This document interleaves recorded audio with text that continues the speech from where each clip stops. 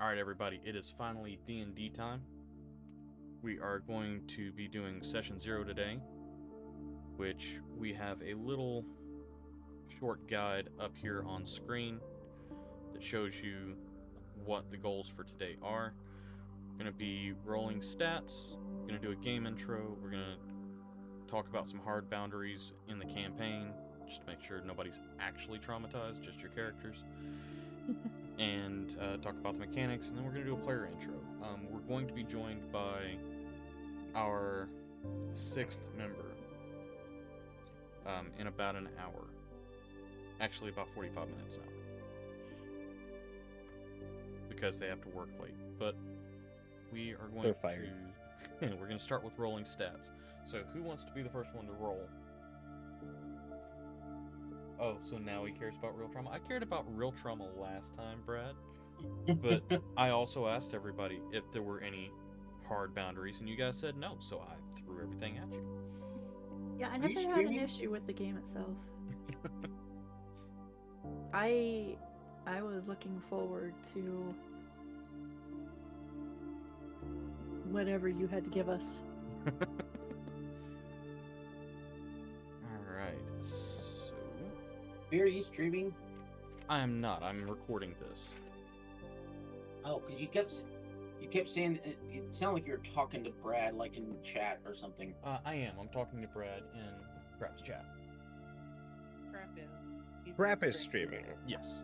And I asked if that was okay in Discord. If it's not okay, let me know and I'll change that. But yeah, I mean that's fine. He was talking 2 years ago, so that was the convenience. Okay. Well, good to know that your character and you are meshing well, because that came through like a robot. All right. So,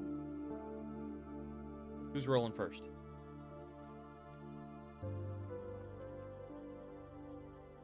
Don't everybody jump in at once. I'm just trying to figure out.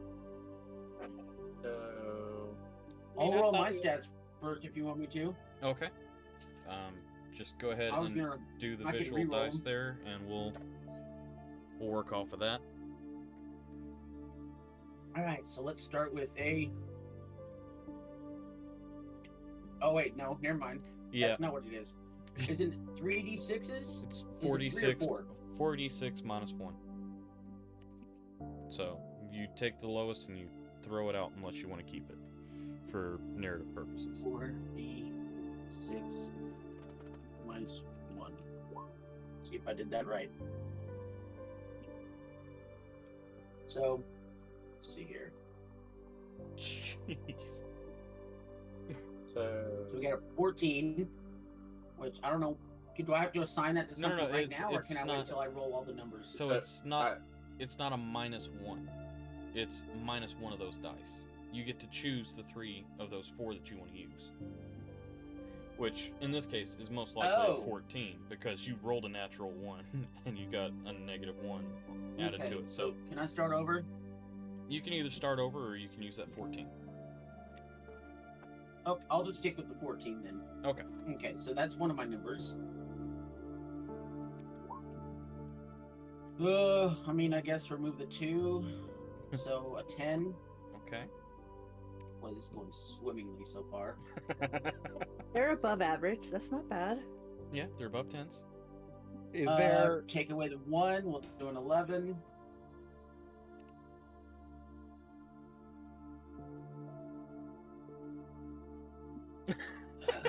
Take away the 1. We'll do an 11. You know, I think this is impressive. Starting to regret re-rolling. You're gonna be quite the average player there.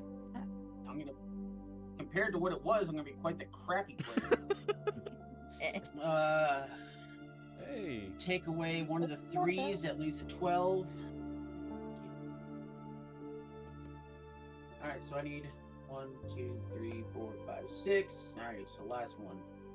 Come on, give me like so far you don't 6s. have any negative attributes, so that's Or at least something. 3 6s. That's all you need. A 10. Oh. Again, you don't have any negative modifiers. Yeah. No. Oh yeah, negative. just +0 across the board. Awesome. Well, alrighty then. Can I change my mind and just go with my default stats?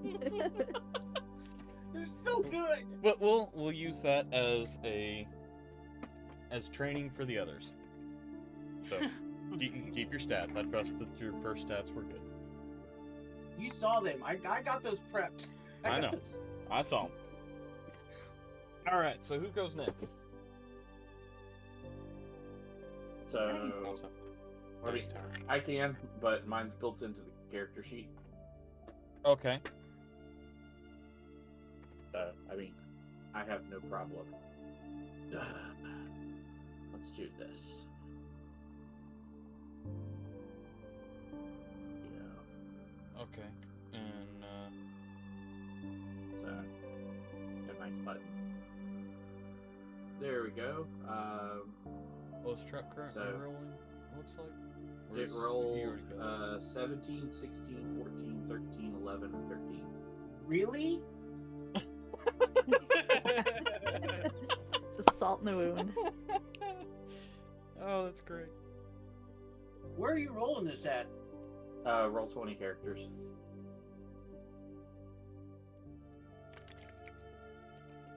I want to try something.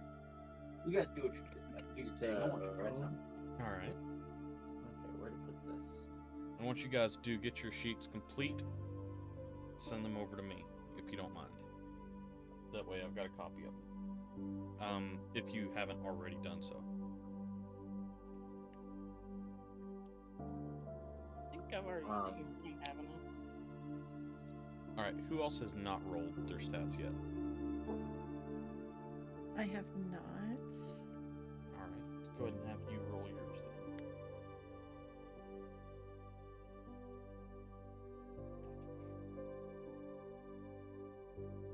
then. Oof. Oh, well, there's the first negative. Hooray. Negatives can be fun. Especially depending on what you pump that stat into. Right. That's a good one. That might be my... That's a 15 right Dexterity. there.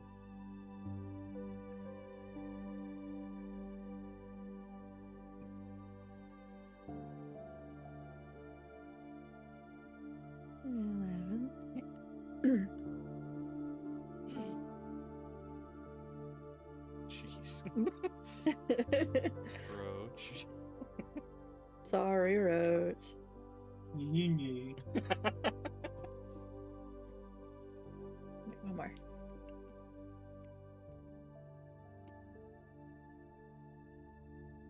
Dang. All right. That's Now the question is, what do I put the negative in?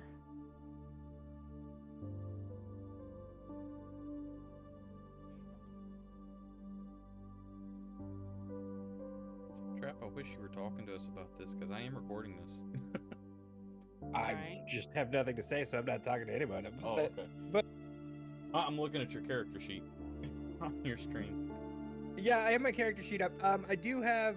I did roll previously, but I can re-roll if we'd like. I just don't remember the character, like what Don't is the added. do it, I it's a think trap. dexterity gets +2 or something, Jeez, but I That's can't right. remember for sure. how did Yeah, you get 'cause a of race 20 or in whatever. Dexterity? Don't It was- reroll, I it's a rolled- trap. I rolled an 18, and then it's +2 for character, Gotcha. whatever it is. I don't remember. You got wow. Okay. So I can re-roll. No, If we that's want. that's fine. Okay. All right. Let's see. So that is Light. You've got or D-Waltz. You've got yours already rolled, right? Yes. Okay. Well, that's simple enough. That's. Yep, I've already lost the place where it says. That's about 10 minutes in, and we've already got everybody rolled.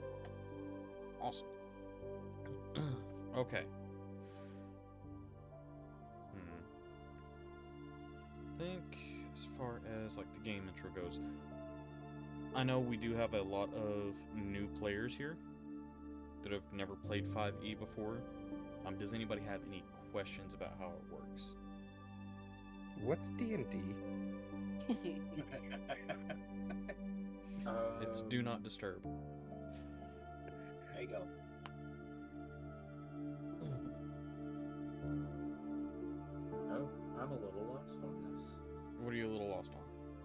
background.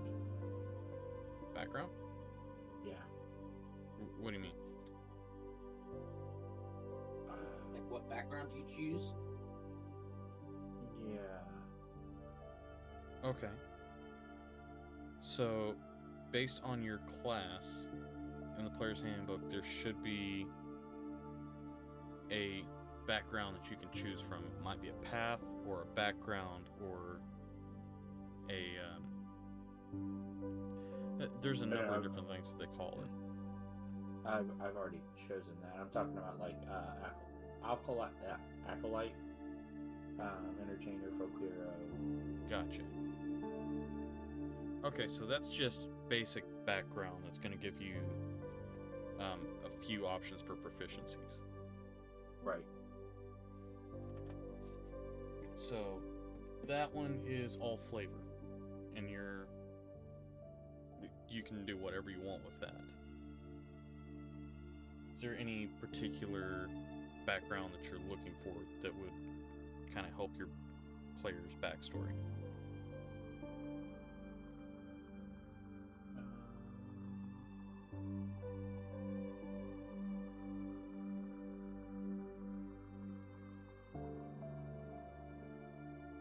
I'm looking at the Outlander. Okay.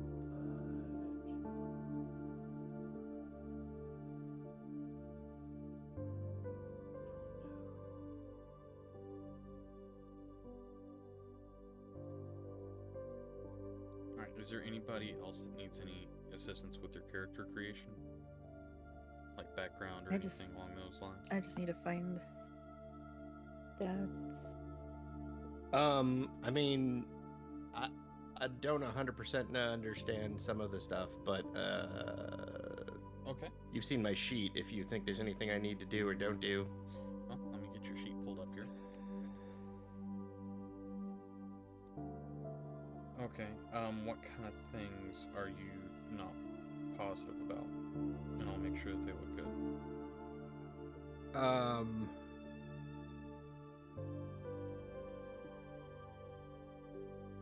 Features and traits is really the biggest thing, Okay.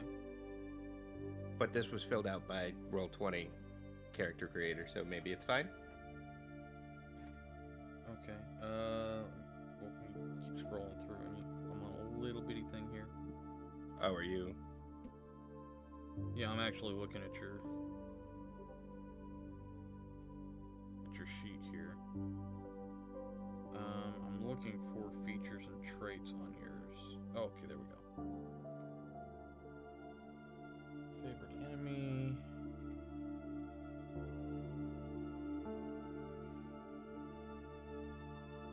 I've got a cat coming after her own cat. Okay. So basically, in that, the only thing you've got to really worry about is what you think your character would choose as its most common enemy, what it's hunting down the most. Natural explorer, what territory you think your character would be most familiar with.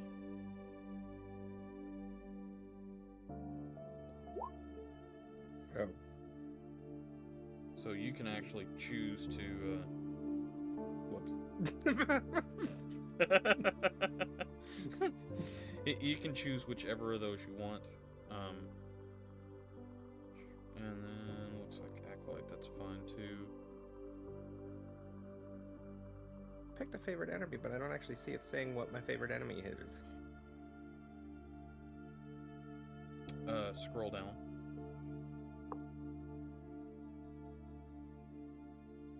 Is that the one that you chose?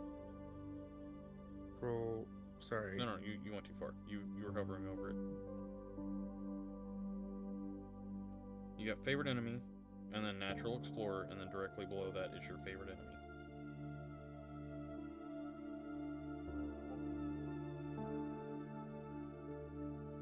I'm very confused. Third red one. You have... Oh, okay. Got it. Yeah. Got it. Okay, yes. Okay, so yeah, you've got what your ability is, and then you've got what it applies to. Got it. Okay. It's just listed twice because that's weird. Okay, I understand now. All right. Cool.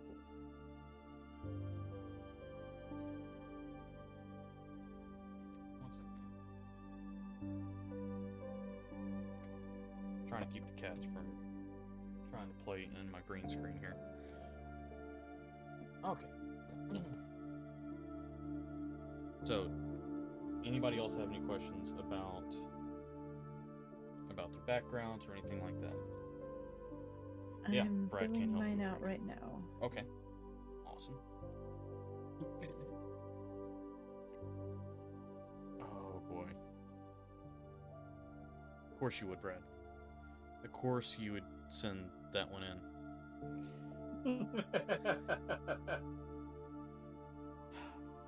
What's so wrong with that? There's nothing wrong with it. I know how much he enjoyed using it. And it actually came in real handy with that orc battle. Yes, it did.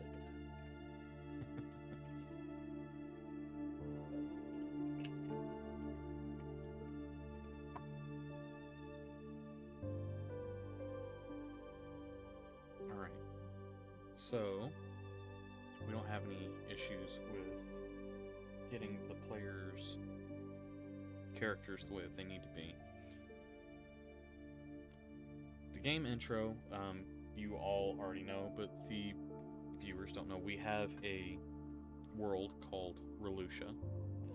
It is massive compared to campaign 1 that I did. So,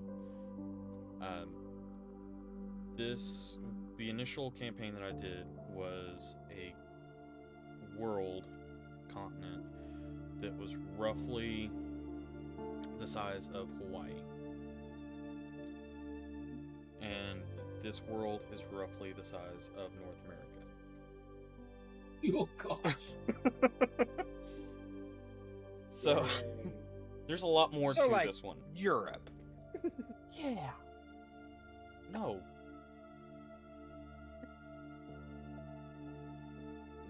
Like all of North America, Canada, Mexico, U.S., Alaska. Oh, so bigger than Europe. Yes. Got it. Never mind. Yes. Not the U.S., North America. It is huge.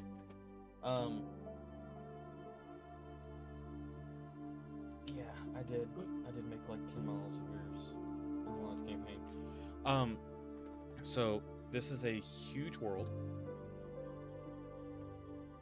It is going to be evolving whether you are in an area or not. So everything has its own actions that are happening regardless of whether you see it or not. Which I did with the last one. It was a lot of fun. This is going to be a lot more in-depth because there are so many towns. I think I counted it, and the maps were 121 different locations that you guys will have to explore. And that's just the towns. That's not like the forests or caves or underground or anything like that. So those are full-on civilizations fleshed out with people. And that could be anywhere from a small settlement that's just like a family town to New York City style cities. Let's see. There are a couple of homebrew mechanics that will come into play later. I'm not going to let you know what those are until that comes about because that's part of the fun. And that's just based off of the players' backstories that I've gotten so far. Questions. Yes. And you may be covering this already, I don't know, but when it comes to things like spells and preparing things and those kind of things, how strict are you on like following you have to have all the stuff for the cantrip or whatever, or is it just we just assume you have things? Because I've played both ways. Ideally, I'd like for you to at least attempt to supply yourself with them. There's going to be plenty of places for you to buy them. They're not going to be expensive. They're everyday items because there's magic everywhere. So it's not gonna break the bank or anything. You'll be able to just say, "Hey, I'm going I'm going into town for supplies. I'm going to the general store. I need to buy so and so." And you don't have to even tell me what they are. You just say, "I need to buy supplies for my spells," and we'll say, "Okay, well, here's 5 copper or silver, depending on how much you need." And Okay. it's done. You don't have to go, "Well, I have to have this item and this item and this item and this item," unless you just want to do it for RP stuff, like telling your other people, "Hey, I'm out of this. I need to go get this." But as far as like being exact about what all your items are, I'm not going to be a stickler for that. But we do need to at least make sure that you're buying them. Okay. Another thing, I do go off of the rule of cool. So if there is something that seems like it could be fun to try, I am going to let you try it. There's a possibility of success, there's a possibility of failure. I'll let you know if there's no possibility of success, because there are crazy things that I have heard that just won't work. But for the most part, if it's something that you want to try out, I will most likely give you the go-ahead to try.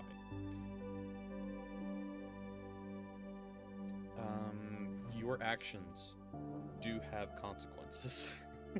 Whether they be good or bad, they do have consequences. This is a real world, so things will react to the way that you interact with the world. Why do I feel called out? Oh, I was the one that got called out. Oh gosh. We have had several instances in the last campaign where things have happened, and well, whenever those things happen, other things happen because of it. Like somebody playing with the deck of many things, and someone having repeatedly. someone having their soul ripped Now out I'm of their getting body. called out.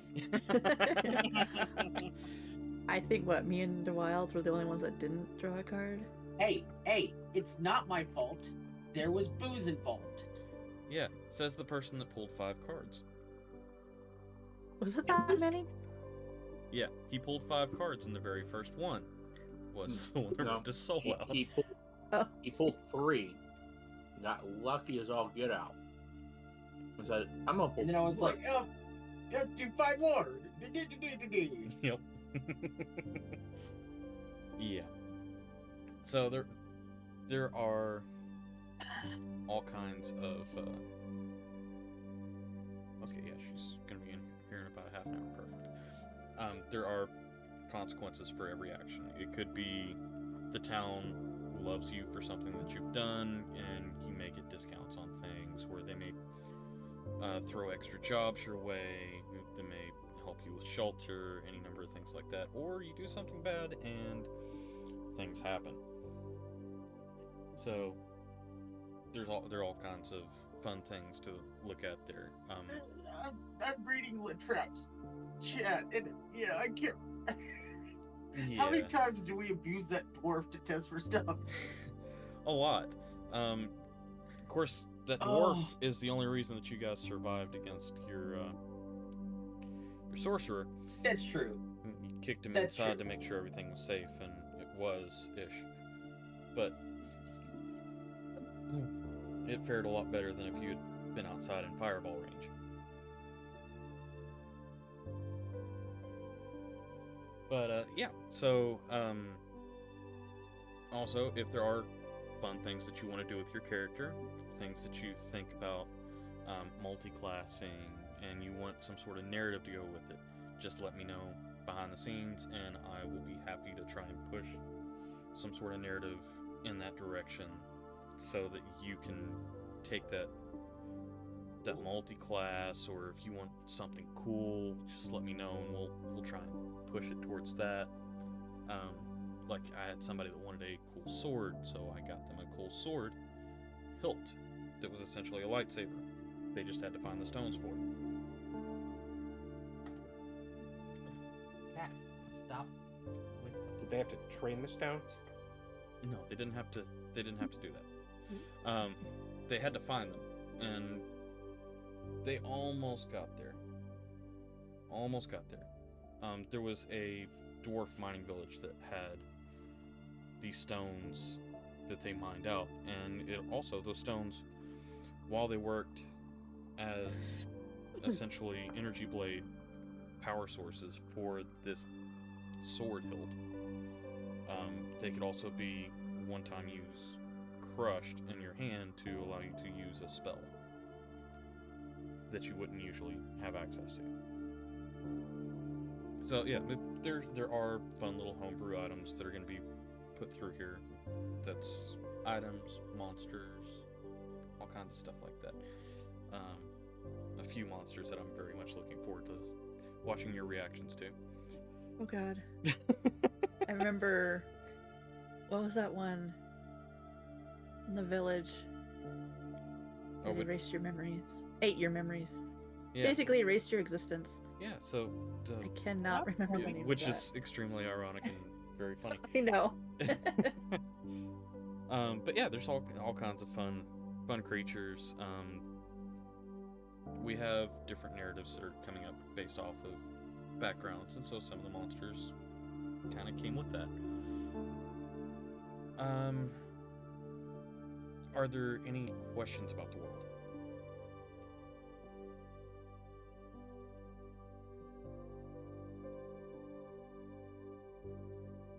Not that I can think of. Okay. No questions about how things tie into the world or anything like that. No, we ready to just roll into it and find out. I think I mean, how most what of the stuff ties I'm into what? assuming will. Can- Most of the stuff I'm we assuming blow we'll up discover it sounds? as we go. Yeah. I do have a question. Okay. How did the Fey area come about? Ah, the Fey area. So that area is, as I said earlier, that is essentially an emissary. So that is part of the Fey Plain, the Feywild, that has been essentially scooped up and placed in a section that was just ocean and tied into the landmass, separated by a small tributary that goes across between the actual land and the emissary. It does still have the elements of the Fey, like the Fey magic, the Fey wonky time stuff. It's essentially just like having a bit of the hyperbolic time chamber sitting there that you can walk into at any point you want to. Does also have a way to access the actual Feywild. But that was brought in as more and more of the Fey were doing plane shifts and coming to this part of this world, and they needed some sort of ambassadors, an emissary, a safe haven that they were familiar with. Because this is a brand new world to them. You don't know how people are going to react to the Fae, so they needed someone to come in and kind of smooth out relations with everyone. And that's what they got. A safe haven, someone to exchange cultural backgrounds with the people that aren't familiar with the Feywild. And that's where that giant area came from. It's about the size of Texas.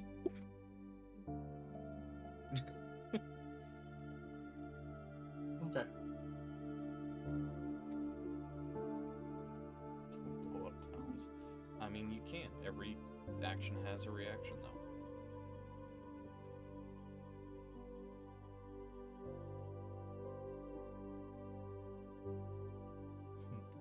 Okay. Anything else about the world, the map, anything like that?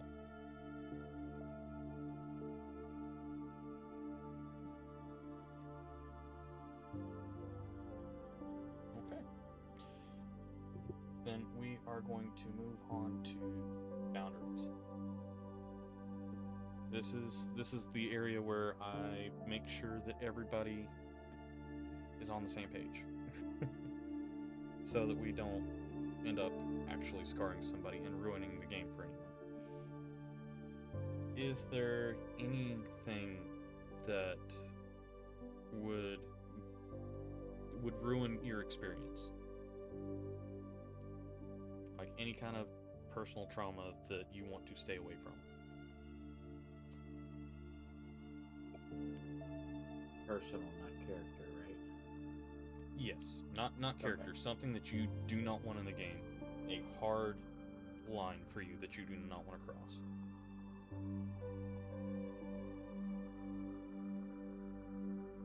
I don't think I really have anything.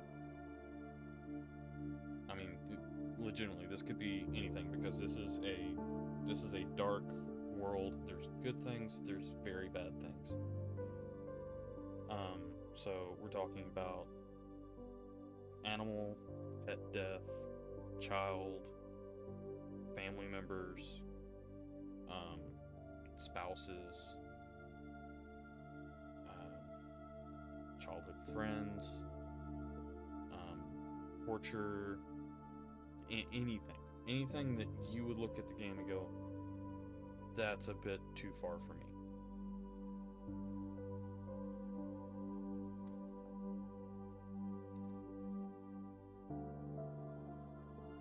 Not that I can think of for me. I kind of always assumed that that there's gonna be a lot of dark elements in D&D, so I just like roll with it, remembering that it's a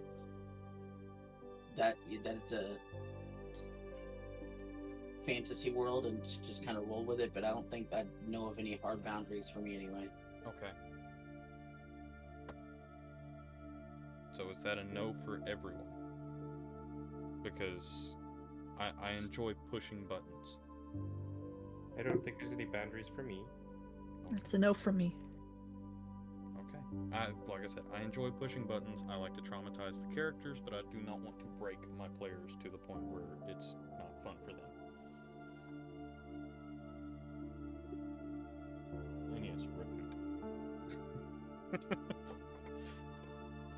And whenever I say pet deaths, I had one player that, after the campaign ended, was mad at me for like 2 weeks. And I had to put the pet on a shirt to make up for it. She's still mad at you. I Don't know. lie to yourself. I know. Says the man who planned to murder a baby owlbear. I know. I said push buttons. Or hoot. Yeah. Okay. So let's move on to mechanics. Oh, who's this?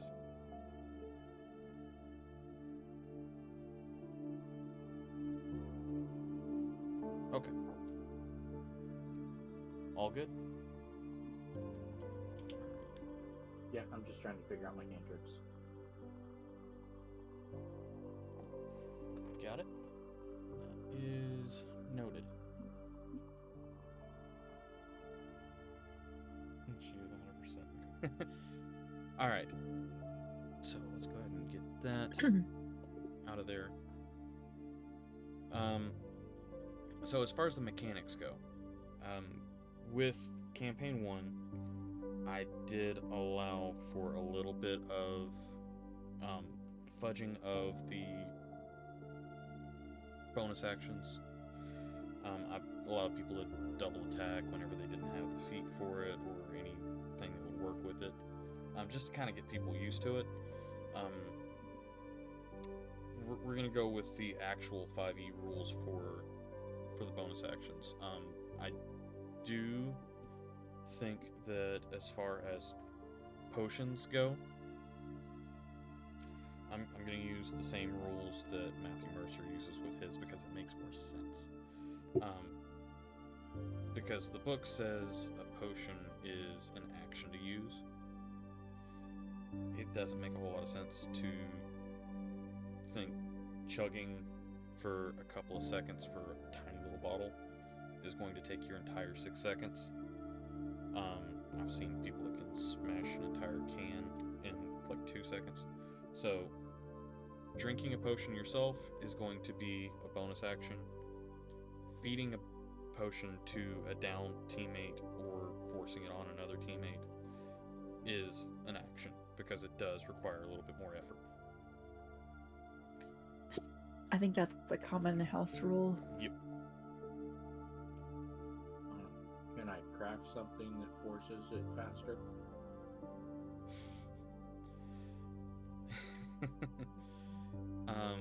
You would have to pass a tinkering check to be able to make something along those lines. I don't think you have any artificer rolls, though, do you? Not yet, probably. But Not that may yet. have changed it. Good old Star Trek hyperspray. But we can look into options like that. Like I said, rule of cool. I'm totally fine with trying things out. Depending on the difficulty, will be the difficulty of your roll. How in depth it is.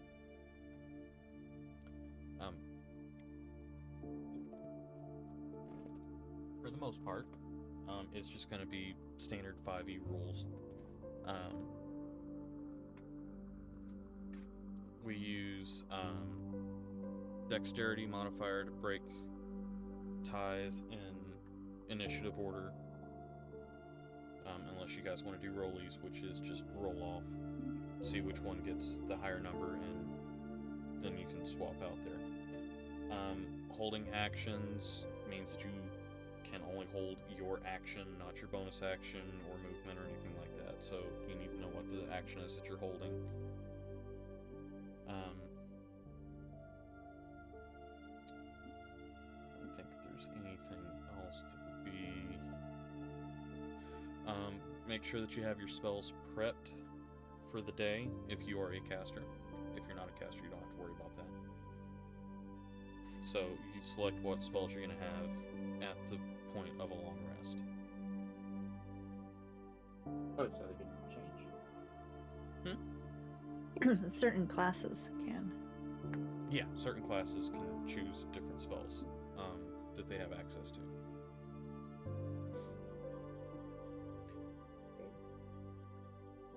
Let's see. Yes, I do.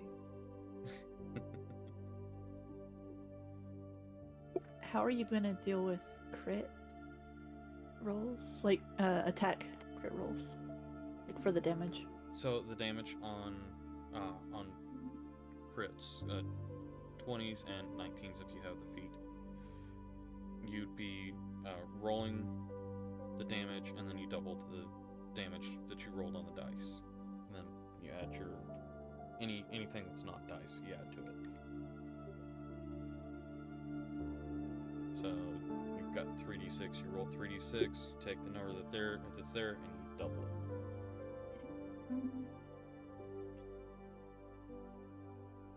Anyhow, anybody that And also needs our Go ahead. sorry, our starter health, are we rolling for that, Yeah. or are we doing them at? Yes, you'll roll that and you'll add your con modifier to it.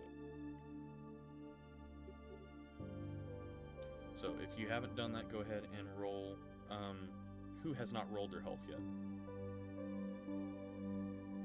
I'm afraid to now. I think mine's already on my character sheet, Okay. which I added it to the game. I don't know how that worked. So, what is it? It's a 1d8 plus your modifier plus your con modifier? It depends on your class. Let's see here. Because different classes could be anything from a D6 So on your to a character D10. sheet, do you have your hit dice? Yeah, hit dice is a 1d8. Then you'd roll a d8. And then add your Constitution modifier.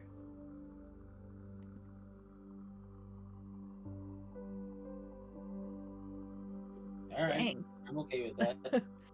I Wow. finally get a good roll. There we go. I mean, where it counts. Right.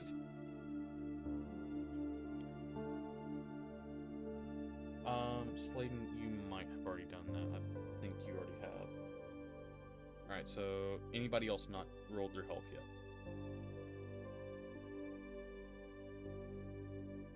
I'm not. You're I'm not certain it was rolled. It was put in by the Roll20 character generator, but it seems to be my hit dice. With I have no Constitution, so A lot of times they will start out as like your full hit dice plus the So Constitution should I roll it? modifier. Yeah, roll it. See what you get. oh Slash roll. yeah.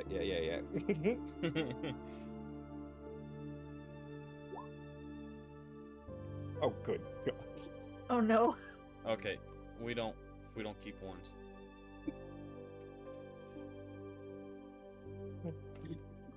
You squishy. That's better. All right. There you Oh, go. that's not bad. Yeah, there you go. Alright, and you have no con modifiers, so that works. Yeah. Cool. Alright, let's see. Any other mechanic related things? I swear, I'm gonna put these cats in another room. They're literally choosing directly behind me to Mine play. was 15. Wait, what?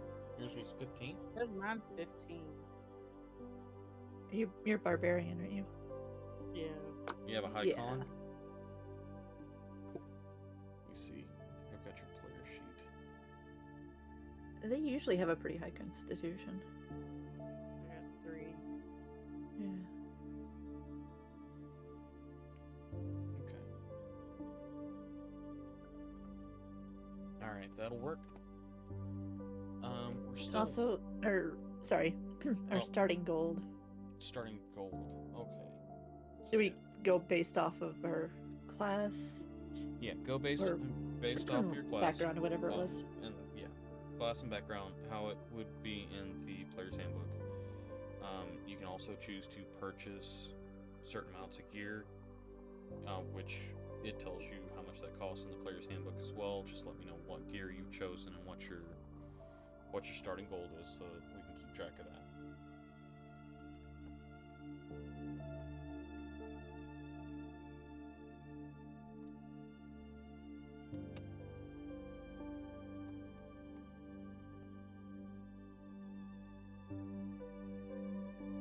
Brad, if you need to help him with that, feel free to. Alright. Oh, so as far as mechanics go, also, like I just said with that natural one there, we do not keep natural ones whenever it comes to rolling health. It doesn't matter if it's the first roll or the last roll. Every time you level up, when you level up, you have to get at least a 2. We're not gonna accept ones. Okay. Because there's nothing crappier than getting a level up that you're expecting and gaining 1 hit point. Question. Yes. Being that I'm a ranger, Mm-hmm. arrows. Yes. Keep track of how many there are? Yes. Are they reusable if I say I collect them? As long as they're not critical fails, I Okay. would say yes. If you roll a 1 on an attack, just expect that arrow to be broken. Sure. Or if you modify an arrow to explode, just expect it to be gone. Wait, exploding arrows can't be reused? Exactly. Shame. But yeah, definitely make sure you keep a good stock of arrows on you because you don't want to run out. you're not Hawkeye. You can't just run in and grab it and fire forever. Okay. Let's see. So if it doesn't list a starting gold in the background, how do you determine what your starting gold is? It should, based off of class and background. Let's see here. I think it's. I may not have chosen a classic background. Oh, haven't chosen a classic background? Gotcha. Oh, wait a minute. That's What do you, Claire's hand. like I said, I built mine on D&D 20, and that's one of the backgrounds that was listed there. Mm-hmm. But I'm reading it, and I'm not seeing anything about a starting gold amount. Okay. Let me see here.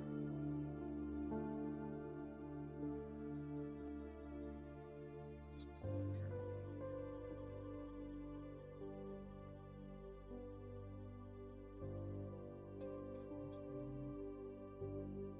There we go.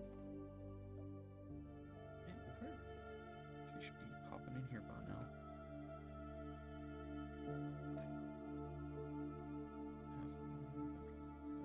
So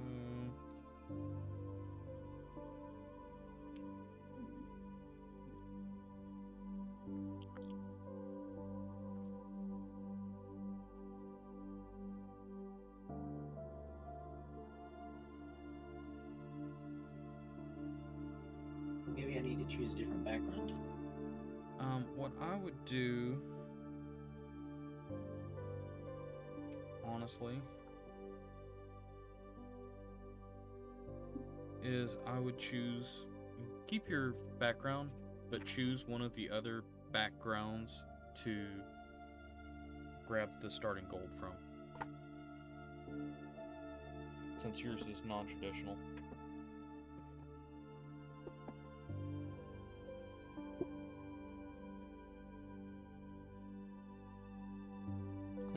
Boom arrows. Where's your what?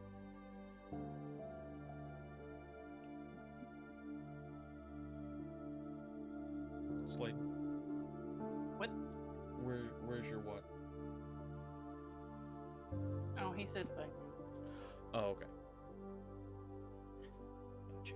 He's got thing. Okay. I am gonna have to repeat a little bit of this for Emma whenever she gets in here. I was hoping to have her in here before we got to the player intro.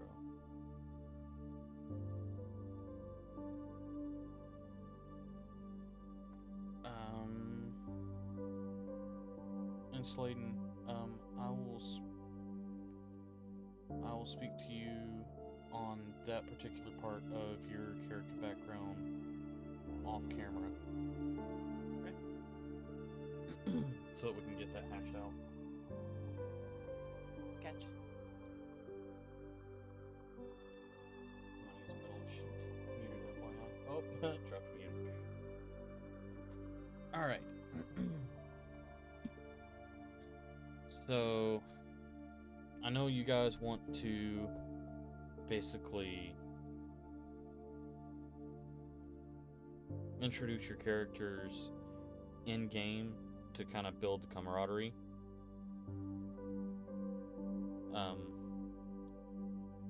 Is there anything that you want to share about your characters before we start the game?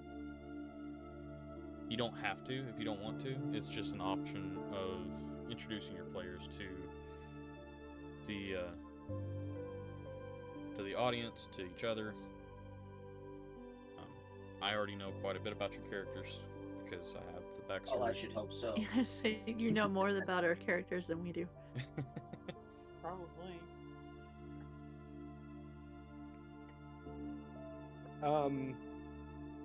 Real quick, Yes. does my golden items look right? That was created by the Roll20 character generator thing. Let me see here.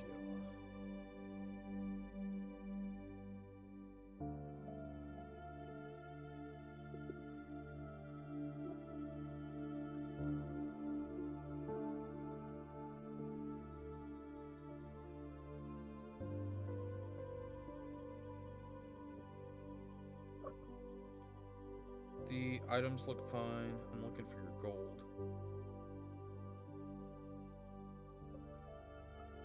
Oh. Here it is. Jeez, you're broke. Yeah. I don't have no gold. Yeah, with that kind of a backpack, yeah, that money looks right. Okay, great. Okay. So, nobody wants to give anything about their character? That's fine. That's I'm perfect. not really sure what to say. I mean, you can give descriptions or anything. But I kind of want to wait. okay, If that's okay. that's perfectly fine. Because here in a few, once we get word from Emma, Always wait for Emma. yeah.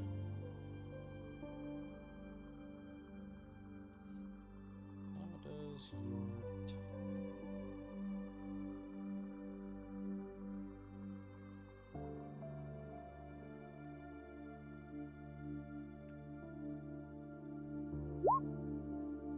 What's that?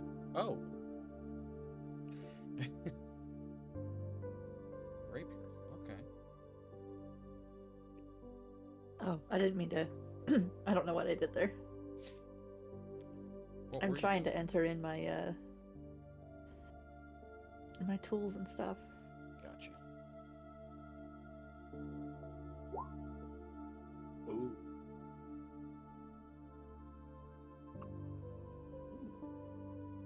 Javelin.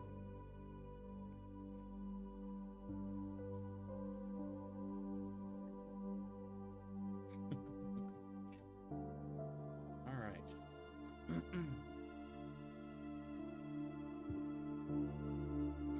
Well, let's see. Got the stats out of the way. We got the game intro out of the way. Boundaries, mechanics, player intro. We are missing a player right now, which makes it a little difficult to just throw that in. We do have to wait on her to be able to get this done properly. There are different locations that several of the players are going to be starting. Let's see. Oh, dude, are we sticking to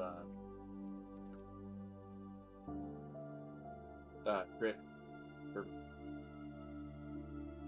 Sticking to what? are we sticking to crits? For my thing. For now, yes. Okay. Exactly what we discussed on it. Crits, and then you can decide on the crit fails if you are distressed. Okay.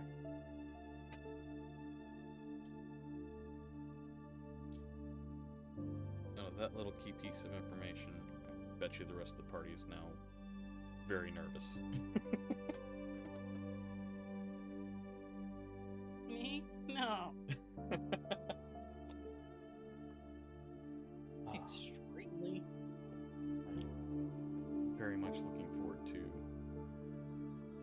getting this started. Man, I really wish I knew where Emma was.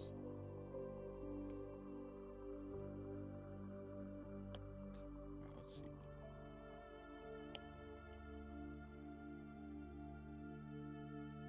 Too many cords.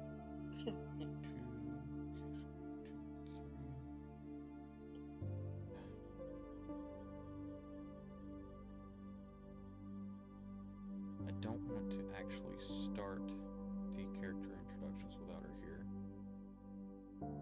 We could technically start without her here, but it would be difficult to jump back into pre-game stuff because she is kind of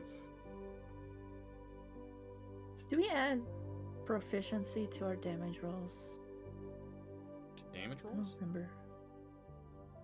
Um, To the attack rolls? Yeah. If you Right. are proficient with the weapon, you do. For the damage too. No, just for the attack. Okay, yeah. So it's been a while since I have done It's alright. this. Me too. It's been a hot minute since I've been able to do D&D, other than just watching it. Right. I've been listening to a lot of live plays. I am confused. When I clicked on Javelin on the attack side, I got 2 different numbers. What's that about? Let me see here. Yeah, it did the same to me when I clicked on my rapier. 14 plus 2. And what By the was way, I have a new background now. One that's kind of a regular. it? Okay, cool. So hopefully that's easier. For your 12, that was a 1d20 plus 2. plus 2. And then a 1d20 plus 2. Oh, Yeah. that's rolling it with advantage. Okay, I need to get that. Oh, I see. That makes sense. Dice options.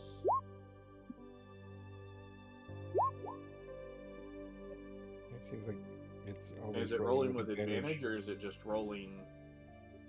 Is always rolling with advantage, which is something that I will have to fix. Or Excuse me. not. No, I will have to fix that.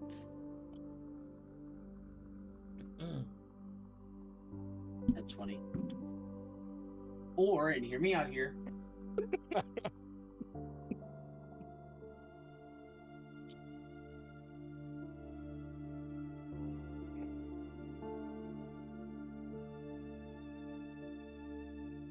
One second, I'm sharing something out here.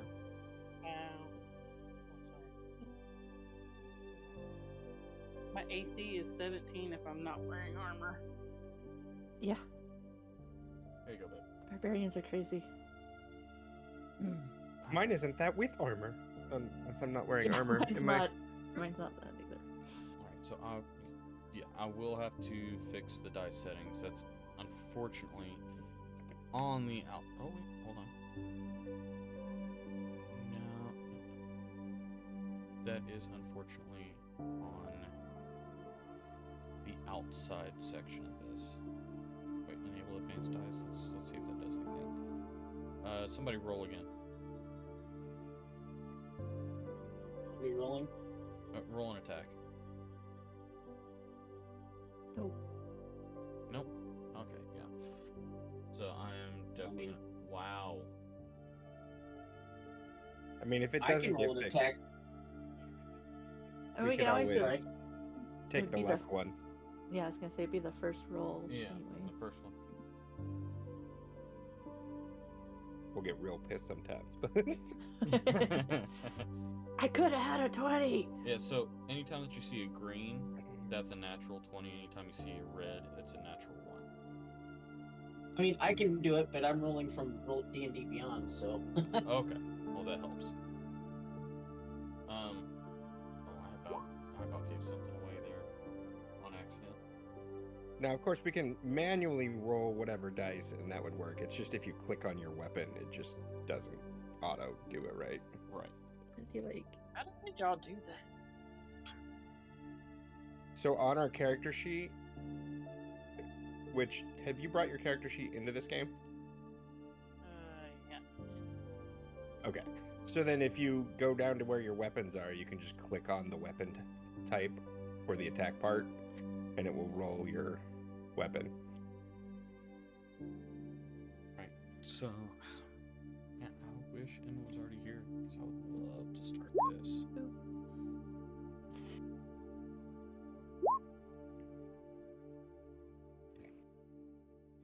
Let me see where she is.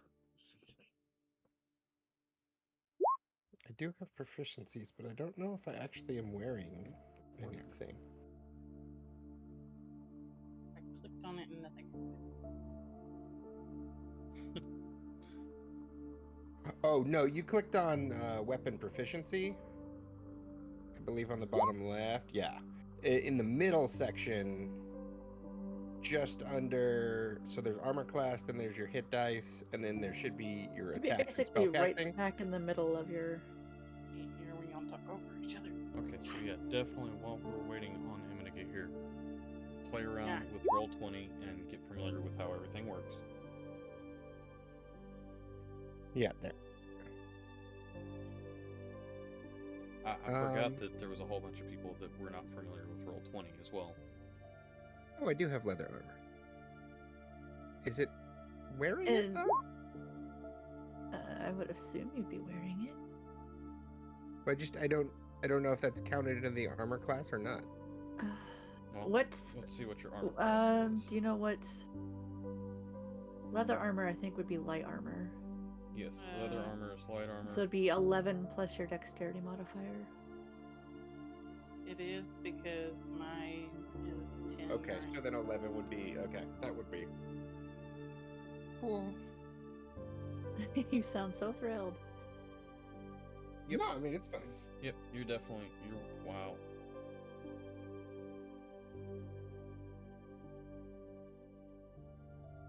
Yeah, just Now take take a it quick off. look at this.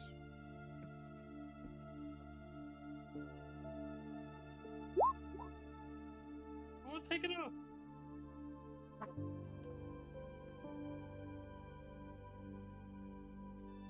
Alright, and I keep forgetting that I'm recording this, I'm not streaming it, so this is not dead air for me. It's just dead air for Trap. Dead air for me. You're good. And I don't care. I'll juggle. It'll be fine. Let's get that. I won't juggle. I don't know how to juggle. I can. Yeah, no.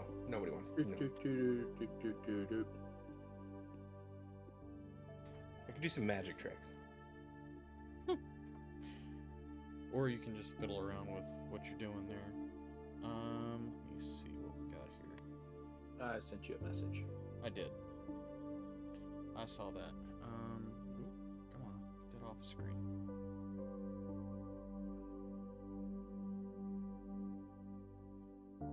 Oh, wow. Okay. What you think? I will read into this a little bit more Okay. and let you know if anything looks too broken.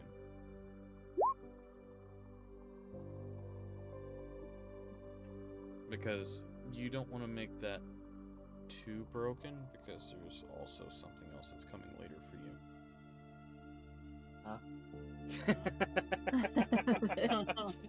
Is it good? Is Huh? it bad? You won't know yet. Oh, I know whether or not it's good or bad. Run like the wind, bullseye. Brad, the entire campaign will be on the YouTube. I think Trap's planning on streaming the entire campaign as well, so you'll be able to see it live, and you'll be able to go back and actually watch the old episodes, which is wonderful. I hate that the first campaign's gone. Yeah, that hurts a little. Yeah, hurts a lot.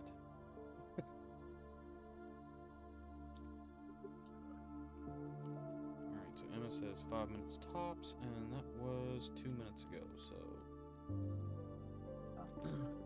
hopefully she will And be. it hurts me that it's gone, but at the same time, I'm kind of glad that it's gone with the way that it went. But at least the death of Hoot is no longer. Oh no, We Death don't of Hoot's mention- definitely canon. There are We stories told. Yeah, we don't mention Hoot. Yeah, I'm gonna be honest, I don't remember how he died. he didn't yet. Oh, okay. He You was said- planned to.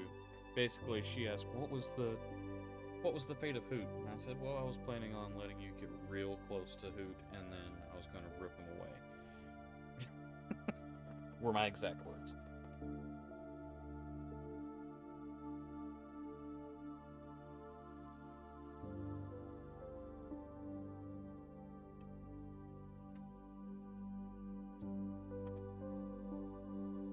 Don't forget the encounters with literal gods.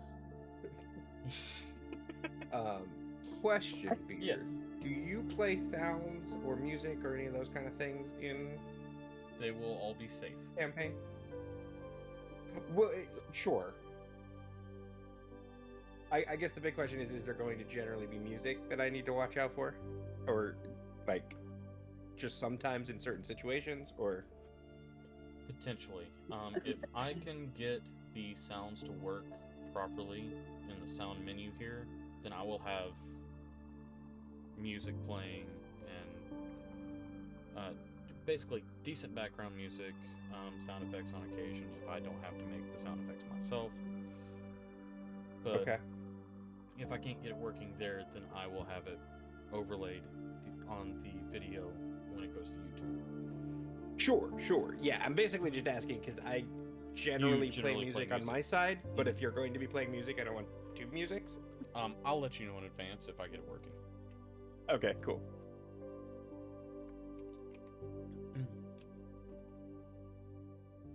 Okay.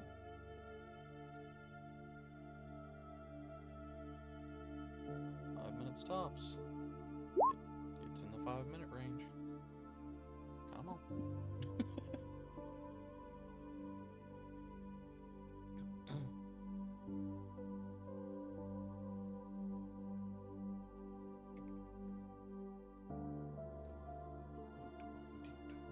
+5. 5 and a 6. Okay. Don't give away too much.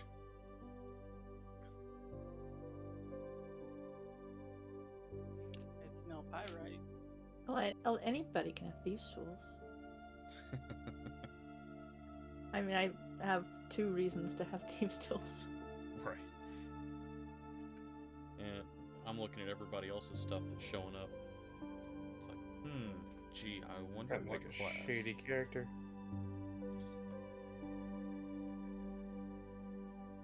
That one kind of Now. gives away a lot. Babe. Trap your I mute. don't know what I just did. Also, what? Hello.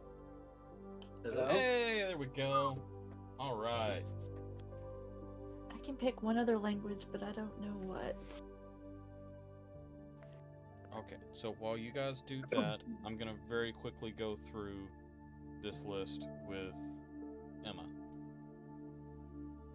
Alright, so you've already rolled your stats, you've rolled your health, correct? Yes. Okay. So, as far as the game goes, my first campaign was on a continent about the size of Hawaii. This campaign is in a world with a continent and islands roughly the size of North America.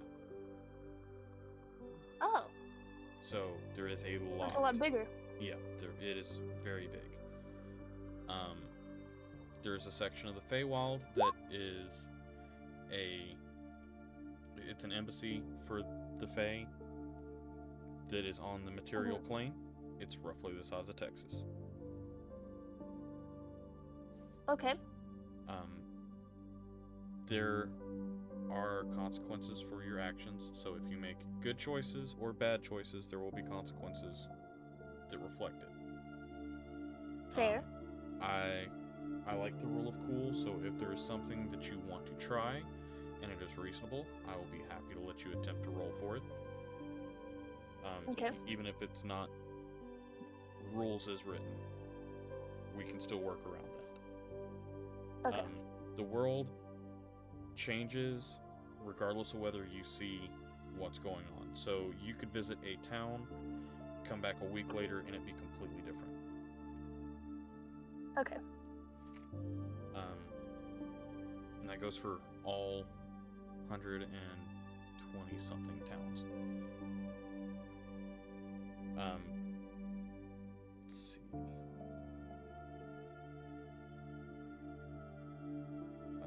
The consequences of your actions also depend on the severity of the action, so it does scale properly. Last campaign we had somebody that got hold of the deck of many things, and we had somebody that decided to pull several cards and ended up with his soul in a dagger. So, Oh. Yeah. Fun. yeah. We don't Or- talk about that. I think we just did. Yeah. So, Twice, actually. it can be very extreme, or it can be very minor. It could be you help someone find their kid, and you get discounts at their shop for as long as they know you, or you develop a good relationship with a shopkeep or with a tavern person, something along those lines, and they take care of you. They throw extra jobs your way. They assist you whenever you need it. Befriend captain of the guard and them assist you whenever things get too hard, or a sorcerer, or any number of things.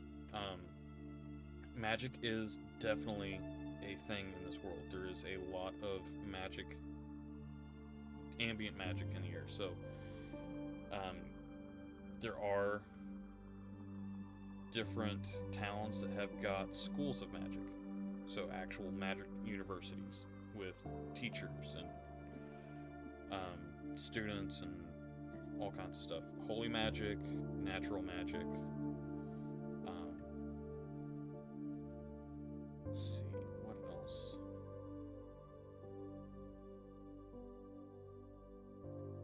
Let me do a quick look here. There are several homebrewed items and several homebrewed creatures. So, yeah. So like they made creatures? No, Oh, he did. I did.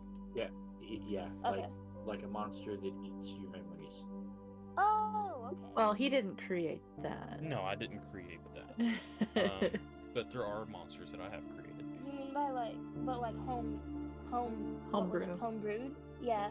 Does Yeah. that mean that like the people in the game, like the NPCs, made the monsters, or did you make them up? No, it it would means I that made would them be up. like the Okay. DM or somebody else had. Yes. I got you. So they're creatures that are not in the player's handbook, not in the monster manual, not in the DM handbook. Okay, I get you now.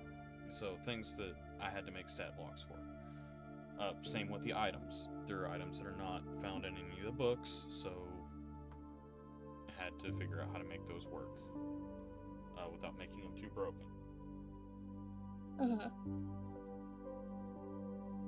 Oh boy. Sorry, I just read Trap's chat. Oh.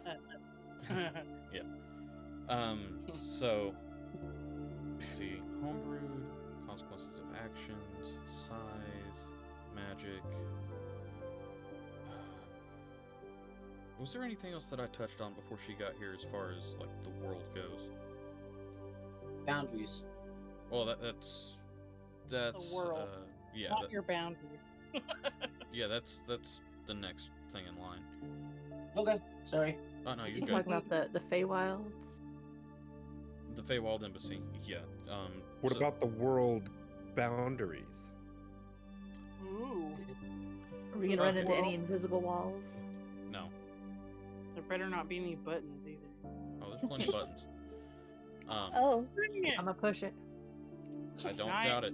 We've got plenty of those. That's me too.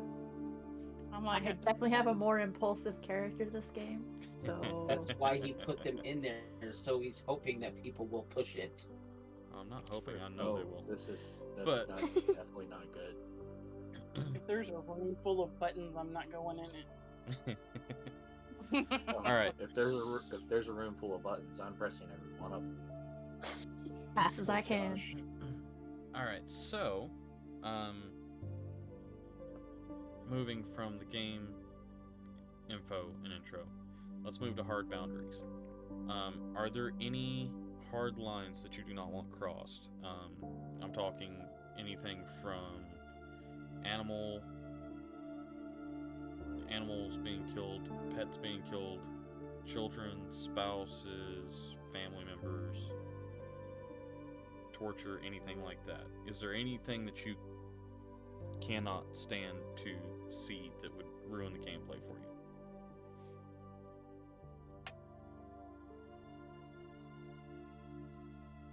This is specifically for you, Emma, because everybody else has already been through this. No, I think I'll be alright. Okay, there's nothing that would cause any problems. I don't think so. Okay. Good to know. Alright, so mechanics. For the mechanics, we're using standard 5e rules for attacks and damage and all that stuff. Whenever you roll crit, you take the dice, you roll them, count that number up, double it, and then add your modifier to it. The only things that really have changed on it is whenever it comes to potions. If you drink a potion yourself, it's a bonus action. If you feed a potion to a teammate that's either downed or in the middle of something else. Basically, if you're not drinking the potion yourself, you're giving it to someone else, it does take your full action. So just like how the player handbook has it, it's a full action to drink a potion in the handbook. It's a bonus action for us, and it's an action to feed to someone else. So it makes it a little bit easier to heal up and continue to fight.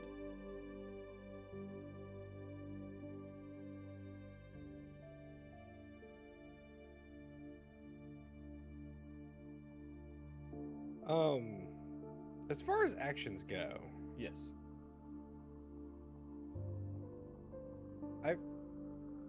stupid question. How do you know how many action? Because I know there's different things that have different amounts of things. Yeah. Where's that? So you have your action. This is going to be in the player's handbook.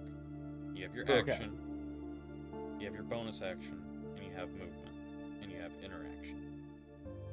Okay, so everybody always has a bonus action and a regular action. Yes, you have an action, a bonus action, movement, and you have interaction, and those are done on your turn. And then you have a reaction that is done in response to something like if you have a wizard that has the ability to cast shield. If they're attacked and they want to up their armor class by 1 or 2, depending on what the shield does at that level. If someone attacks you and it's almost enough to miss, but it will land it, and you cast shield, that is your reaction. If something leaves your attack range on your turn, you can use your reaction, which you only have 1 per turn. You can use your reaction to take an attack of opportunity on them, where you get to swing out and do an extra attack on them while they're trying to escape. Different classes also have things like key points for the monk, sorcerer points for obviously the sorcerer, and then you've got different feats like the spell sniper and spell sniper, warcaster, which allows you to cast a spell as a reaction. But the main ones that you need to know are the interaction, movement, bonus action, and action, because those are going to be the ones that you mess with the most. So in any turn, you can do all 4 of those. You can do an attack for the bonus action, or an attack for the action. You can do a bonus action, which could be like drinking a potion or anything on your list that is listed as a bonus action. Then you have your movement, which is up to your maximum movement speed, unless you are prone, in which case it takes half your movement to get up. So you can move half of your speed after that. An interaction would be, say you wanted to check a door or something along those lines. You can also interact on your turn.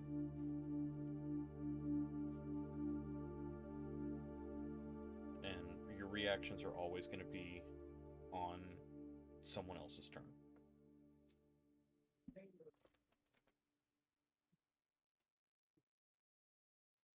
Okay. Any other questions about the mechanics?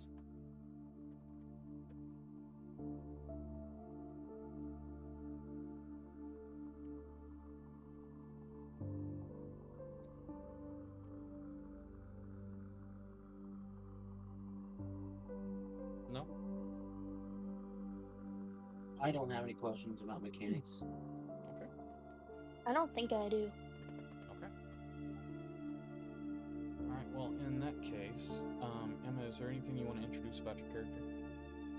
I know a lot of the other players are wanting to keep theirs kind of a secret until we actually Yeah, start we didn't playing. really reveal much. But you Sure, are let's welcome. do that then. I mean, I don't know what I would say about her. That couldn't be like introduced later, so. Okay. Okay, fair enough. All right. Well, I am going to just very quickly detail a couple of instances here, just to kind of give you an idea of what has happened to get you into the situation for session 1. Why was there a grunt? That was me. Don't worry. It wasn't a grunt. It was more like a uh-oh. Okay. All right. Trap or Thomas Malroy. If you would like to go ahead and describe your character, we're going to start with you. Excellent. Well, I'm a human. I'm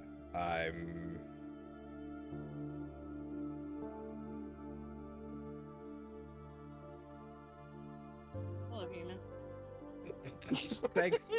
I'm I'm a human. 23 and I'm 5'11", with blonde hair and blue eyes, fair skin, average weight and build, and I am wearing leather armor, and I carry a bow, and have a quiver on my back.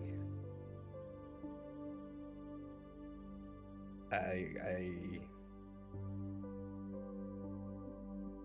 don't know what else to say. All right, that's perfectly fine. Great. All right, so you have recently heard tales of an artifact in a small underground dungeon-esque type area.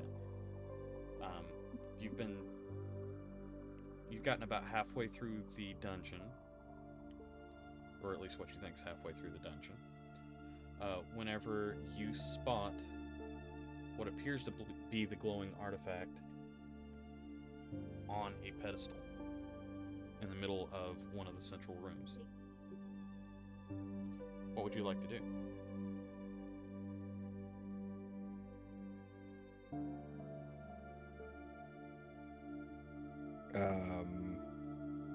I would probably look around for traps. Okay. Go ahead and roll me a perception check.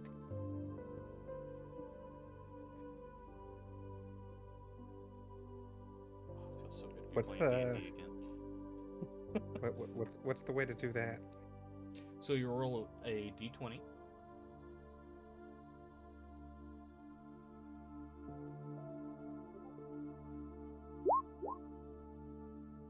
There we go.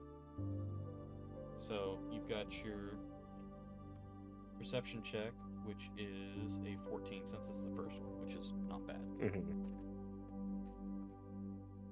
Okay, so looking around the room, you do notice that there seem to be a few stones in the floor that don't appear to match the rest of the pattern.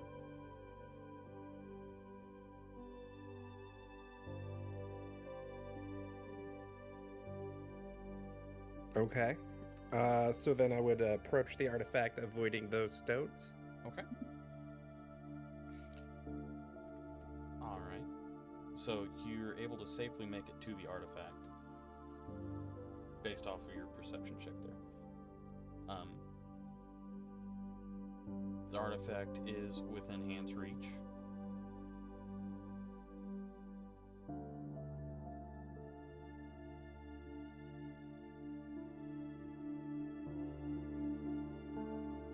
go ahead and pick it up, I think. Okay.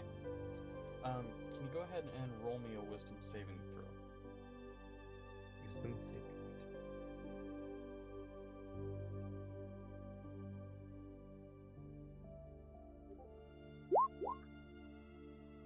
Is that just that, or? Wisdom saving throw. That's impressive, actually. Okay. You feel a twinge of magic start to flow through your body, but you're able to shrug it off without any effects. You now have the artifact, and you have to attempt to get out.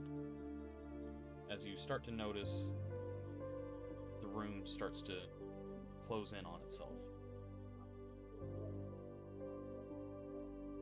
So, do you head out the way that you came, or do you try and find another exit? I feel like I would head out the way I came in. Okay.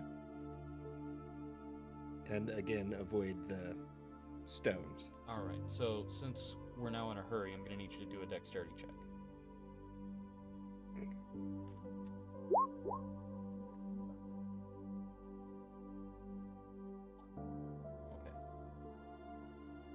Man, that's a shame with that 20 there, isn't it? Alright, so unfortunately with the 12, as you're running, you do trip over a loose stone and step onto one of these platforms. As you feel your foot hit one of these stones that don't seem to match the rest of the floor, it presses down and you see a shock of light. And then everything goes dark.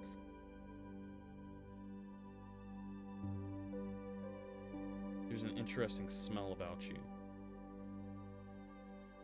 And you can slowly see your eyes start to focus in on the darkness around you. And there are metal bars in front of you. With that, we're going to move on from you.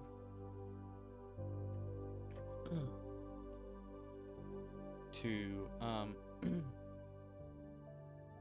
Light, would you like to describe yourself?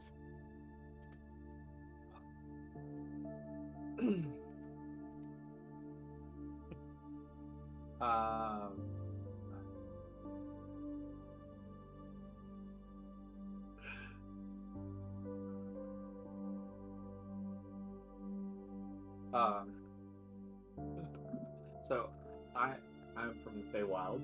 I am a fairy. Average size for a fairy, so quite small compared to standard folk.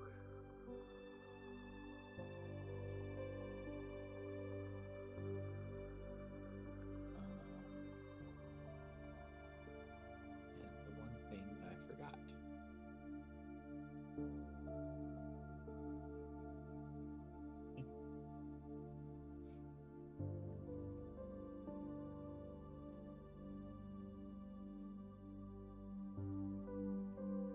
What did you forget? The my fairy effect. Oh. The sparkles and light around you? Yeah. Oh, it's not very effective. Ah, ah, It starts. that's funny.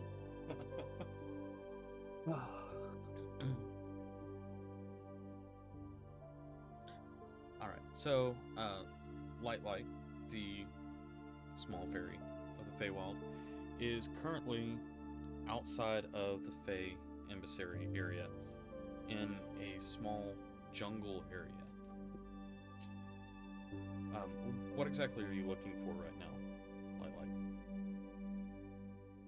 Oh, something that I have fun with. Something to have fun with. Alright.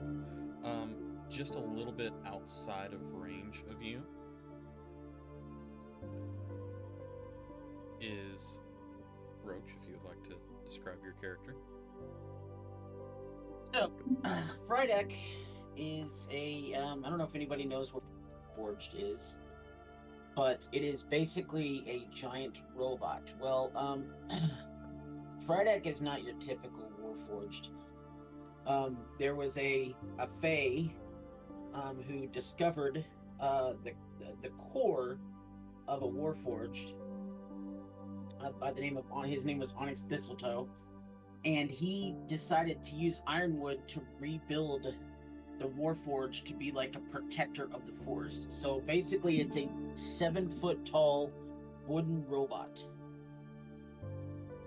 Is what Frydek is. All right, Friday, if you don't mind to roll a perception check for me. A perception check. I would love to roll a perception check for you.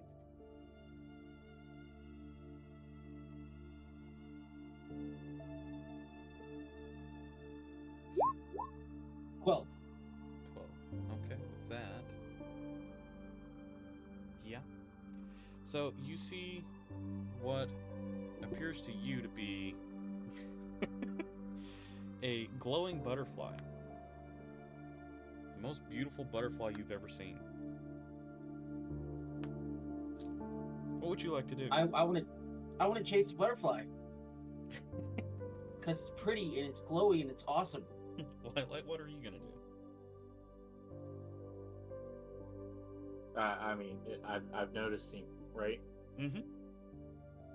How fast is he moving towards me? That's a good question. What's your movement speed? My movement speed is 30 feet.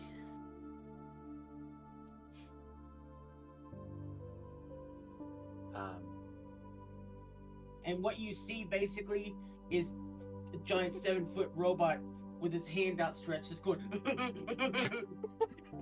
just running towards you.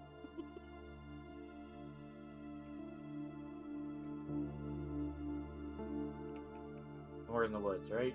Yep. I'm gonna take off for the top of a tree. Oh boy. All right. Friday. So he sees the butterfly take off towards the top of the tree, and he just, "Aww, where'd the butterfly go?"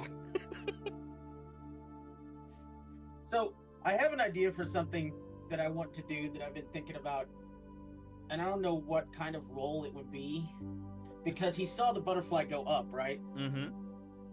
So because he's a giant kind of robot, the idea that I had is he sticks his arm out like he's gonna T-pose one of his arms out, and then he just puts it down to his side and then sticks it back out and puts it down to his side. He keeps doing that, and as he does that, his head starts ratcheting up off of his body. So he can kind of go choop, choop, choop, choop, and just ratchet his head up to look for the butterfly. I don't know what kind of role that is, or if that's even possible, but I feel like he would do something stupid like that. Okay, let's see. What would... Let's do a dex check to see how well you can do this. That's not good. Just a straight dex roll? Dexterity plus your modifier, yeah.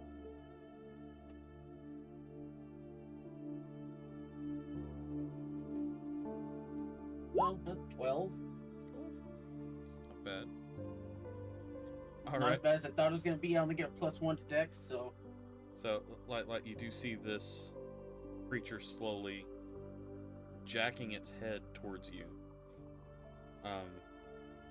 Not the most smooth motion you've ever seen, but it's definitely on its way up towards you. So, as the head gets closer, do I now realize that it's not a butterfly? Oh, you're not that close yet. Oh, okay. Light as you see this construct on its way towards you, what would you like to do? You want to hide? Do you want to react to him? What do you want to do? I want to hide and watch. Okay. Roll a stealth check for me. 16. Not bad. And perception check for you, Frydek. Oh, this might go better. I have a pretty decent perception. 15. but his stealth is higher, so. His stealth is higher. So you do lose this butterfly. Oh, where'd the butterfly go? So then so I've been using my right arm to ratchet up, and I'll be like, oh, and then I'll just ratchet T-pose my left arm, and that's the kind of release, and my head just goes, and then goes all the way back down. And then I just kind of wander off, looking for another golden butterfly. All right. D-Waltz, what do you do once he's gone?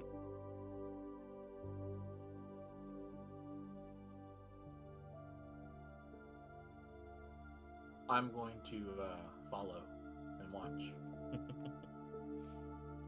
All right. So Frydek is just basically kind of exploring. He's looking at nature. He's looking at animals, any animals that he can find. And at one point, you see him hold his finger up like a branch, and a bird just lands on it and is pecking his finger a little bit. And he kind of laughs. He thinks it's ticklish, and then the bird flies away, and he's just looking around at nature without a care in the world. He's just enjoying his time in the forest. Okay. So like you basically just see this giant robotic toddler running around enjoying himself. Robotic toddler, I love that.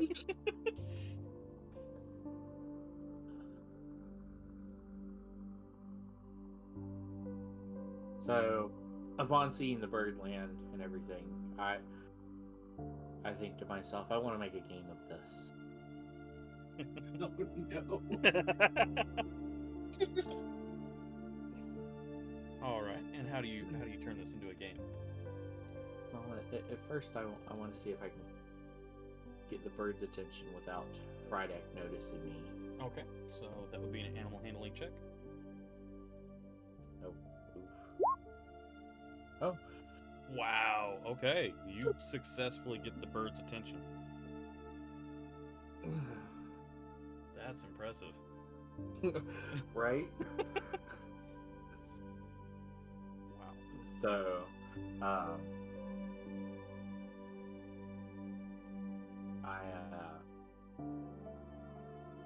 kind of signal to the bird to just fly around Frydek, just to distract him just a little bit, as I try and fly in closer without being noticed. All right. In that case, I need stealth from you and perception from Frydek. Another one? Yep. Oh.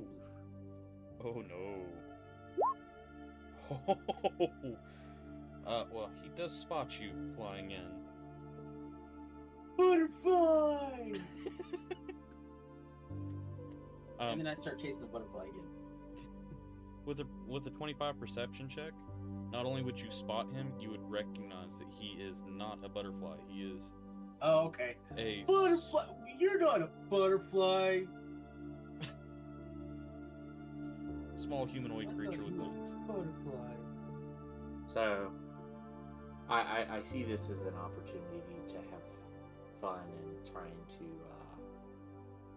see what his reaction will be with me flying around him in the air and everything. Okay. How do you react to that, Frydek? I mean, if he's just gonna fly around my head, then, I'm happy just kind of playing with him, kind of playing tag with him. Just trying to catch the pretty lights as he's flying around my head. Mostly swinging and missing, but trying to catch the pretty lights. All right. So mostly swinging and missing. I won't make you roll an attack on that then. I didn't mean attacking, but I know, but to like a grapple check to see if you can catch him. oh, is that a strength check? I mean, if you want to attempt to catch him, then Well, I mean, yes, I want to try to catch the not butterfly. okay, then that would be a grapple check. 13. Okay, and that's contested against you, D-Walt. What strength? Mhm.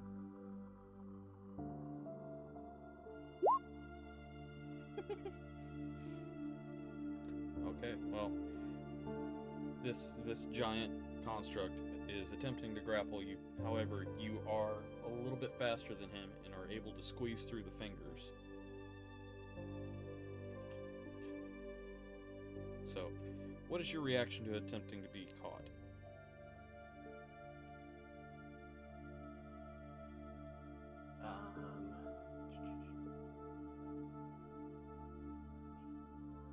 What is it? Sorry, trying to find it. Okay.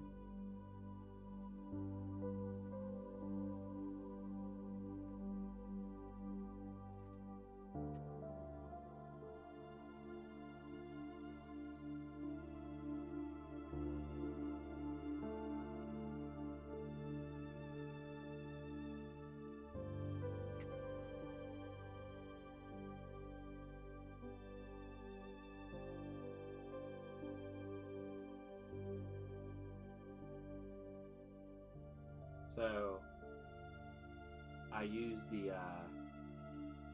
I'm gonna use my cantrip Druidcraft, Okay.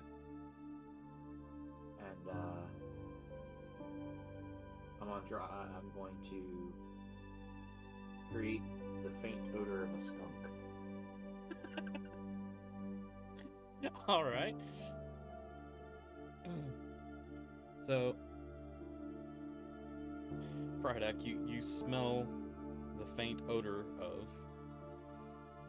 a polecat. Okay, I have to look up. Can Warforged smell? that is entirely up to you. Do you have smell sensors?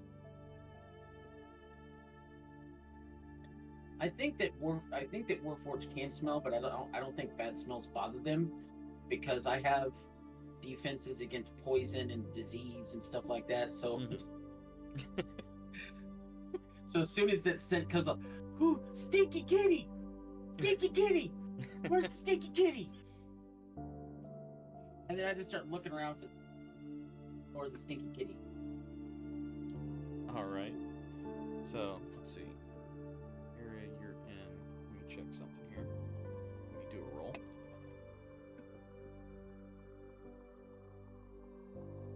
Okay. That means I have to roll this.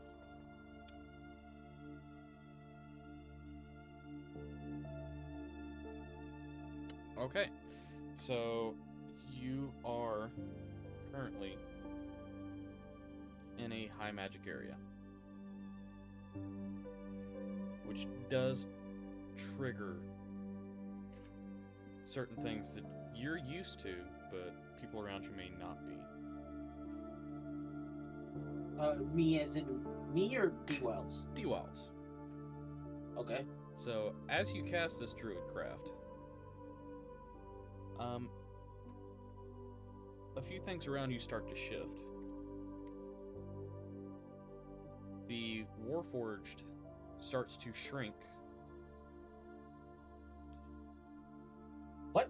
Yeah, the Warforged starts to shrink down to about your size, and a dimension door opens up and sucks you and the Warforged through.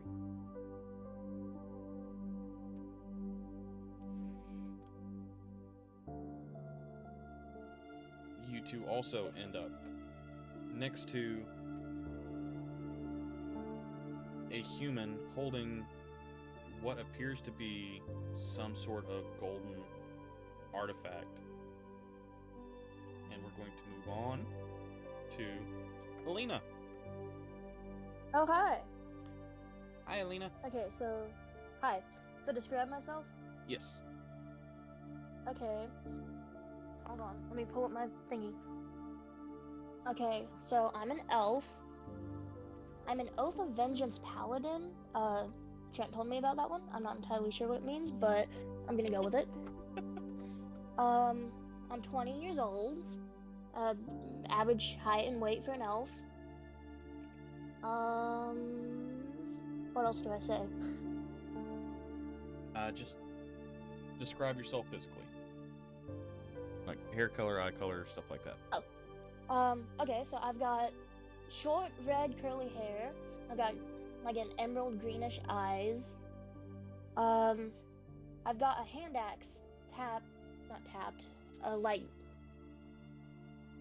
whatever. I forgot the term. It's like on my back, so something's holding it on my back. Okay.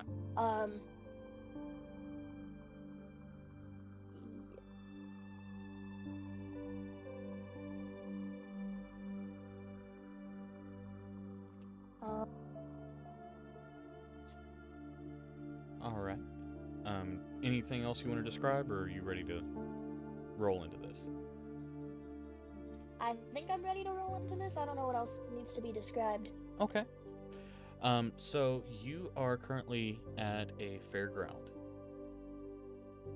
There has been a local carnival that has popped up and has allowed people to come in and enjoy the different festivities.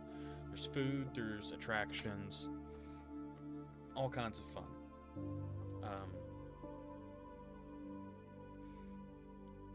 You are currently dressed in rather nice garb, so you do kind of stand out like a sore thumb among the peasants that are currently using the attractions. Which means that you do stick out like a sore thumb to Mouse.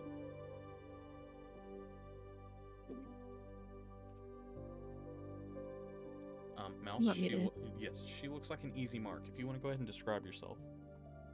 So Mouse is very slender tabaxi, which is a humanoid cat. I think Khajiit in Elder Scrolls. But she is a little short for her race, about 5'4", and her coloring is a brown tabby. Street urchin clothes, basically, so they're well worn, but they're clean. A few maybe holes and patches in them. Yeah, that's pretty much her. She's kind of unassuming, more or less. So, Mouse, you've been slowly casing the crowds, looking for easy marks, trying to make a little bit of quick coin whenever you spot Alina.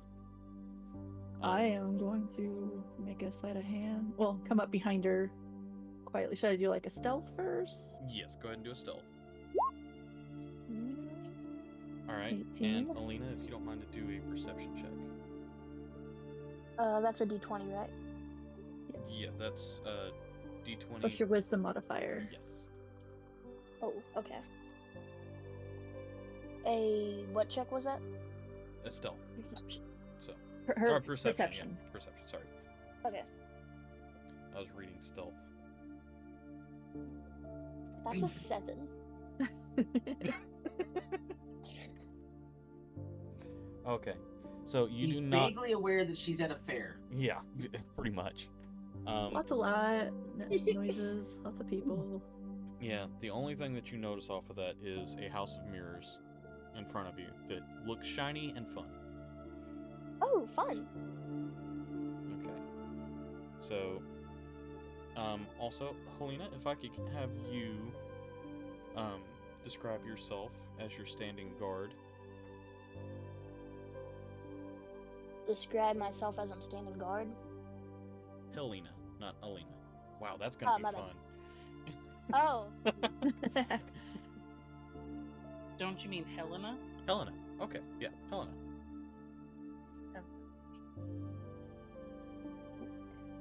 I am a barbarian dwarf.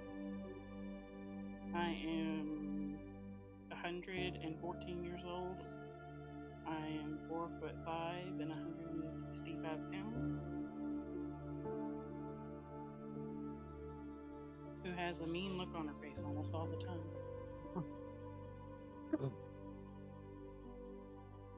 All right. So, as Alina is heading for this House of Mirrors, you do notice that you notice a small feline humanoid slowly following behind this bright-eyed and oblivious girl. Do you follow suit to see what happens? Yeah. Okay. So, Alina, as you get to this funhouse mirror area, you see a marionette that pops out and greets you. Welcome to the carnival. Enjoy the funhouse. Don't get lost in the mirrors. And then pops back into the wall. So you go through the maze. I need you to... Let's see. What would be the best way of... I guess... Let's give me one more perception check from you to see how well you're able to navigate this maze. A perception check for me? From... I guess technically all three of you. I got a 16. 16, 13. Okay, so you're doing fairly well in navigating. Helena is tracking Mouse, and Mouse is attempting to track Alina. So I just need one from Mouse to see how she's doing. Oh, perception? Yep. Pretty good, I think. Doing really good. Really good. Okay. Jeez. 20. Okay, so Alina is navigating through this maze of mirrors fairly well. Doesn't seem to be bumping into too many walls. Being able to see what she's doing fairly well. Mouse is tucked away behind her and Shadow. watching everything that she's doing. Slowly working her way up to pick her pocket. And Helena is trailing a little behind, but is still right there with them. So, Alina, you now come to a door in this maze. It's a mirrored door with a handle. What do you do? Open it. Open it? Okay. Yep. So you all watch as she walks into this dark area. Do you follow suit? Yes. Okay. And Helena, I do have dark vision, so. do you have dark vision? Good. Good to know. So do I. And I shake my head walking behind them. Okay. Perfect. All right. I need. Let's see. I'm gonna need an acrobatics or.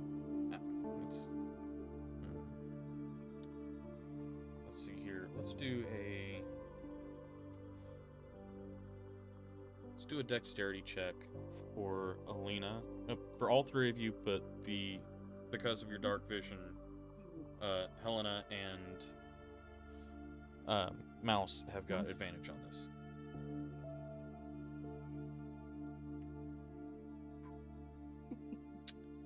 So a dexterity check. Another. Yeah. Another d20.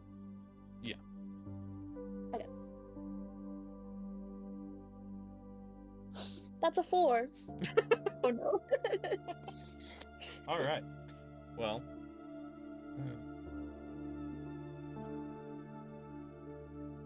Mouse, you So not watch only can I as not see.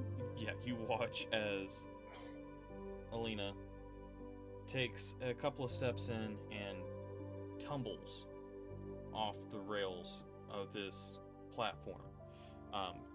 There is a dead end and just a drop. It's not a very far drop. But as you look around, you start to notice there are tons, just multiples of these iron barred cages, which Helena has fallen into. And shortly after, Helena trips and falls right past you into the same cage. You're currently not stuck in any of the cages. You're up on the walkway, but the door slams behind you, and you hear a click. And then you hear that same voice from the marionette come up behind you. Welcome! Welcome to the fun! And then we'll leave it there for next week. That's going to be where session 1 starts. Can I just say, a mouse? Trip and fall. That sounds like So- something I would do. Yeah. Alright, so So the Wilds and Roach's character went through a portal, right? they went through a dimension door, yes. Okay. The particular dimension door that they went through, because of D-Wild's special traits, is a little bit stronger than a typical dimension door.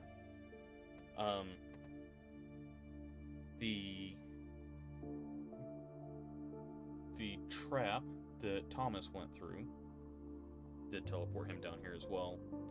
And you guys will find out a little bit more about this, what's going on with the marionette, and why you're all here whenever we come back next week. Cool. Yeah. Yeah. And Had to be a circus. what's that? Had to be a circus. Oh yeah. Yeah, that's how things have to start out. You got to start out with the fun stuff. Trap, you're quiet back there, man. You're just over here playing with Roll20. I don't know what you're talking about. I'm just watching them go through scroll.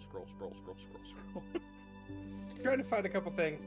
One of them being, like, I was looking at a thing that said something about rolling with advantage, but it might be a U option, not an S option. Yeah. I know where it is. And then I accidentally added an item to the item list, and it's not even like it doesn't exist because I didn't type anything, but I can't get rid of it. What is it? I mean, it's literally nothing. It's a big blank, and there's 0 of them, but I don't know how to get rid of that line. Click the check mark beside it. He gets a no air. That's what that is. No, the check mark, the blue check mark. Yeah, I did that. There you go. Unlock it. If you lock it, then you can get rid of it. There you go. Now I know. Alright. Awesome. Sorry, that was a little chaotic. I wasn't quite sure how to make sure that you guys all ended up in there, but I think we've done it. yeah, you're there. Face first in the dirt. Yeah. I So just want to say this is the second time we started a campaign locked up somewhere. no, you were free. You found your way to the cage this time instead Oh, of okay, finding yeah. your way out. Sure, But obviously. did the door Makes it that totally we different. all the ones of us that went through the mirror door, Mhm. did that one shut and lock? Yes.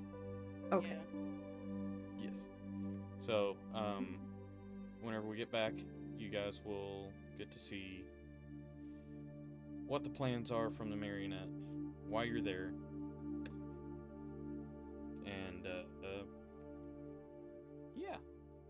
Hopefully, this first battle goes better than the last first battle. Um, Okay.